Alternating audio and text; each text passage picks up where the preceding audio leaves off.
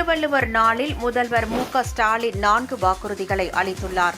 இது தொடர்பாக அவர் தனது எக்ஸ் பக்கத்தில் வெளியிட்டுள்ள பதிவில், வான்புகழ் வள்ளுவரை போற்றும் இந்த திருவள்ளுவர் நாளில் தமிழ்நாட்டு மக்களுக்கு 4 முக்கிய வாக்குறுதிகளை அளிப்பதாக கூறியுள்ளார். அஞ்சாமை, மனிதநேயம், அறிவாற்றல், ஊக்கமளித்தல் ஆகிய 4ம் ஆட்சியின் அடிநாதம் என்றும், இதனை அஞ்சாமை, ஈகை, அறிவூக்கம், இந்நான்கும் எஞ்சாமை வேந்தர் கியல்பு என்ற குறள் மூலம் வள்ளுவர் உணர்த்தியுள்ளதாக அவர் குறிப்பிட்டுள்ளார். சமூக அநீதி மற்றும் மதவாத சக்திக்கு எதிராக போராடும் துணிச்சல், வறியோர் எளியோர் வாழ்வுயர மனிதநேய திட்டங்கள், இளைய சமூகத்தின் அறிவாற்றலை வளர்க்கும் முன்னெடுப்புகள், தொழில் வளர்ச்சிக்கும் மகளிர் மேம்பாட்டிற்கும் ஊக்கமளிக்கும் ஆக்கப்பணிகள் இவை 4ம் தமிழ்நாட்டை தொடரும் என்று இந்த வள்ளுவர் தினத்தில் வாக்குறுதி அளிப்பதாக மு.க.ஸ்டாலின் குறிப்பிட்டுள்ளார்.